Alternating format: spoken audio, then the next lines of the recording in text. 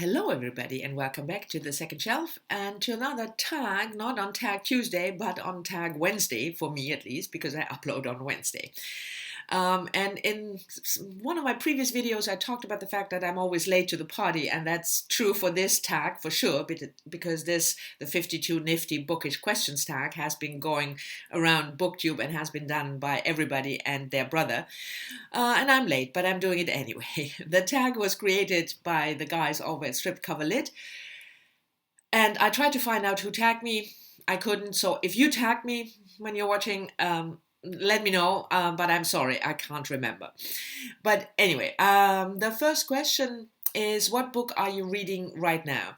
Right now, I'm looking at my phone because I have the questions on my phone. The book I'm reading right now is a buddy read with Sean over at Sean the Book Maniac, and we are buddy reading a Mammoth, a novel, 800 pages by Kia Cawthron, The Castle Cross, the Magnet Carter, which was published 2 or 3 years ago, about two sets of brothers, two of them white, two of them black, set in the US between 1941 and the 1980s.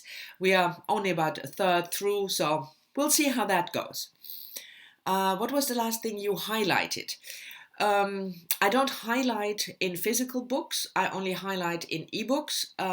So what I do instead, and I count that as highlight, when I read a physical book, I write things down that I would normally highlight in an ebook. And in this book, I wrote down the names of the main characters and, the town it's set in, or the two towns it's set in, because I'm extremely bad with names. I can never remember them, so that's why I either highlight them in ebooks, or I write them down. What do you plan to read next? I decided for this year, because normally I'm a multiple reader, so I read various books at the same time, and for this year I decided that I don't want to do that, so not more than 2. If it's a buddy read that it's long, I will read a book next to the buddy read book, but I don't want to read multiple books at the same time. That's not really an answer to the question, but I thought I could tell you anyway. So the next book I want to read is a nonfiction book by an American author, Brittany Cooper, Eloquent Rage, which was published in 2018. Then questions 4, 5, and 6 I will answer together, because they ask a fiction writer, a non-fiction writer, and a poet, living or dead, with whom you would like to grab a drink. And I have many writers and whom I really admire, and like Susan Sontag, for fiction and non-fiction, or Simone de Beauvoir, Hannah Arendt, but I don't think that I would want to grab a drink with them, because I would always be afraid that I'd be disappointed, or that they would be disappointed in me. So I'd rather not do that. I would have loved to know them before they started writing, and then be friends while they are writers. That would have been great, but no. Number 7, a booktuber with whom I would like to grab a drink. Well, what I would like to do is I would like to have the time and the money to travel for a couple of weeks or a month, and then visit all the booktubers I regularly watch and interact with, like Sean in Tokyo, and Eric in the UK, and the people in the US, like Olive from a book Olive, and Steve Donahue, and Jess and Mel. Too many to mention, so I would love to do a trip, sort of a drinking tour, and we can drink tea if I'm in England, just to visit them and have a drink. But I think that, I don't know, maybe I will have some money to spare at one point in my life, but I'm not sure. Anyway, next question. Emily Dickinson or Edgar Allan Poe? I don't know. I really loved Edgar Allan Poe's short stories. Um, so but Emily Dickinson, of course, I mean, her poetry is fantastic. So I don't know, but I'll take a pass on this one. I'll take a pass on this one. Number 9, Hemingway or Fitzgerald? Neither. Dead white dudes. I mean, I read both. I really don't enjoy Hemingway's books, you know. And The Great Gatsby is not one of my favorites. So if you put a pistol on my head and force me to choose, then I would probably choose Fitzgerald. Number 10, Jane Austen or Charles Dickens? Jane Austen.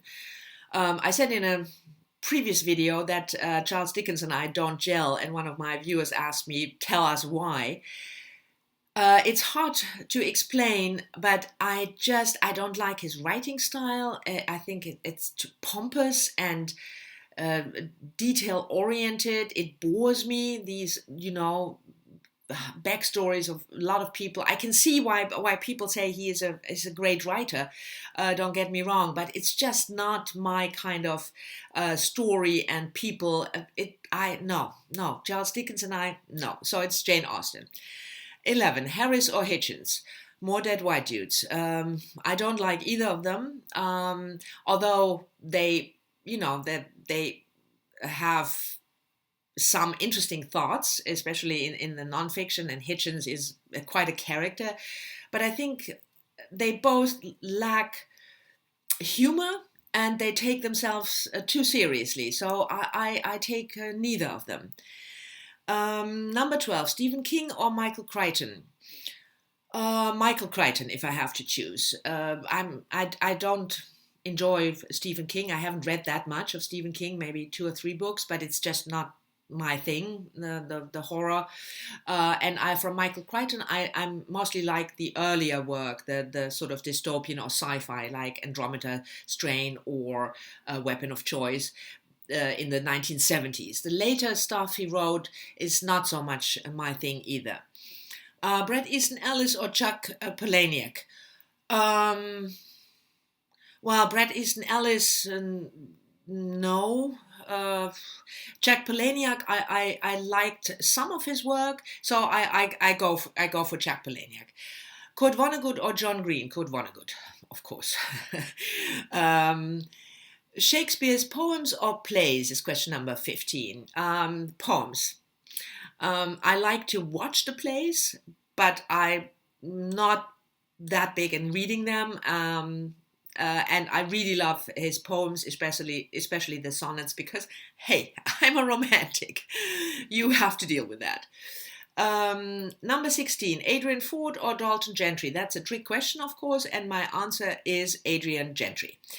Number 17, Cormac McCarthy or J.K. Rowling? Well, two bad writers. I probably lumped together, or I don't know what the sense of this question.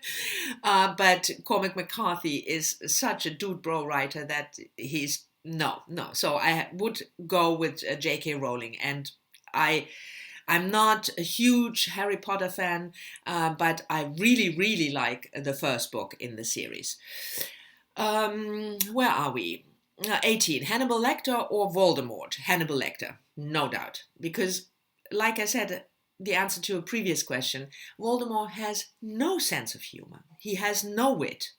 So he is just a boring villain in my perspective. Whereas Hannibal Lecter, I think he's a horrible person. I know that.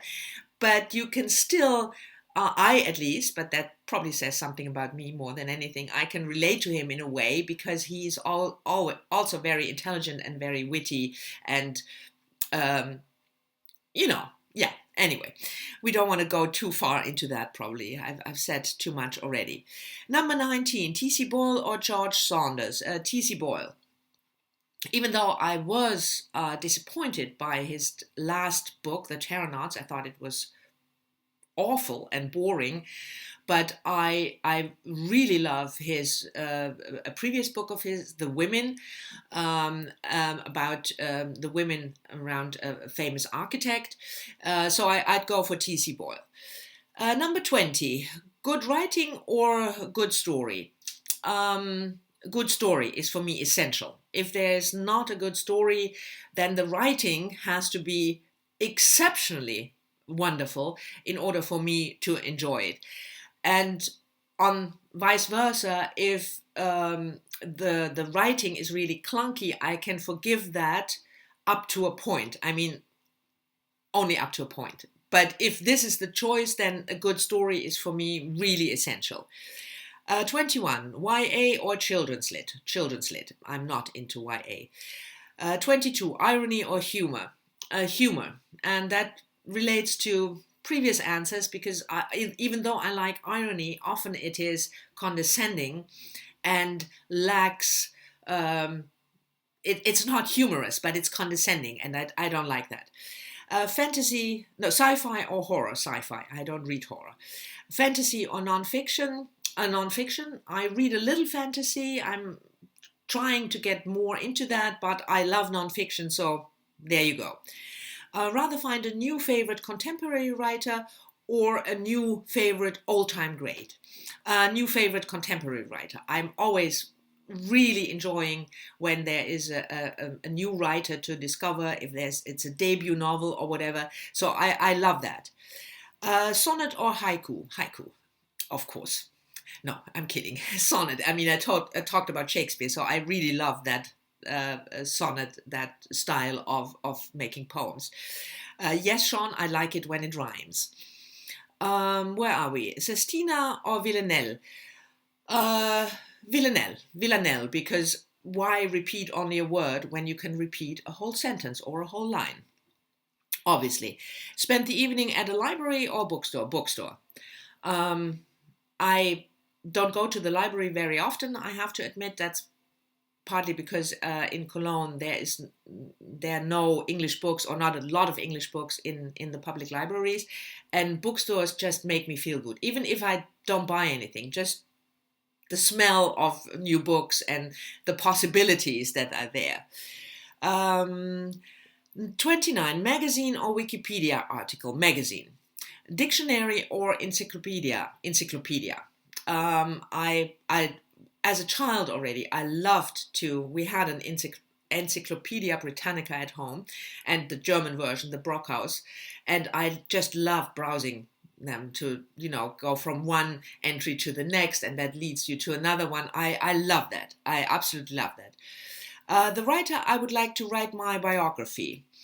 Maybe Janet Malcolm. I talked about her new essay collection in my March TBR video. No, February TBR. I'm sorry, February TBR, because February.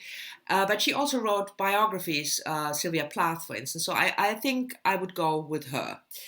Where am I? 32. I do not highlight in my books. Well, I answered that question more or less already. I do highlight on ebooks, and I rarely highlight on physical books, but I do that occasionally if it's a non-fiction physical book. I do not write in my books. Yes, I do sometimes in the margin with pencil, but what I do for like to remember the characters or certain themes that I find interesting, I always have these little cards that I put in front of the book, and I write on that. I'm nerdy in that way. 34. Earliest memory of a library. That would be the library in my hometown where I'm born, Freiburg, the town public library. My mother would take me there once a week or once every 2 weeks, and that's my earliest memory. Last time you went to a library? Well, I sort of answered that question already. It's been quite a while. When I was still living most of the time in Amsterdam, I would go to the library there. But in Cologne, there are hardly any English books, and most of what I read is English. So it has been quite a while since I've been to a library. Have you ever stolen or accidentally stolen books from a library? No. 37, ballpark. How many books do you own? About between 1800-ish books. How many books do you think would make for a reasonable personal library? 1800-ish? 39. So there's Sense and Sensibilities and Sea Monsters, Price and Prejudice and Zombies, etc. How do you feel about that phenomenon? I think it's funny. I like it when classics are taken into the modern and given a twist, or something that is at the moment, a current thing. So I'm not over the moon that's fantastic, but I think it's fun. Horror trope you would like to see get more love. I'll tweak that question, because there's one horror trope that I think we have seen enough now, and that's zombies. Just get rid of the zombies, please. No more zombies. Something that you think gets underutilized in sci-fi. I don't know whether I can come up with anything. I would like to see more inventive sci-fi sometimes. I feel that in sci-fi, like in all genre fiction, there is, a particular topic or a particular issue, and then everybody tries to jump on that bandwagon. Like now it's the revival of The Handmaid's Tale, and everybody writes the new Handmaid's Tale. And I just think that the best thing in sci-fi if it's really new and really inventive. Flash fiction, format of literature, or it's just a very short story. It's just a very short story. If you could own one book from all history, what would it be? I have absolutely no idea. Audiobooks, the same as reading? No, it's not the same, obviously, because you use a different sense. You use your ears instead of your eyes. It's like when you're blind and you're reading Braille. It's different because you're using touch and not your eyes, but it's worth the same. It's a different experience, but it's worth the same.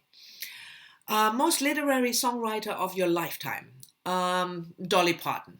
Hands down, Dolly Parton. I think her lyrics are fantastic. I love her as an icon, as a person, and especially her, more lyrical songs about the mountains where she grew up in. I think she's fantastic.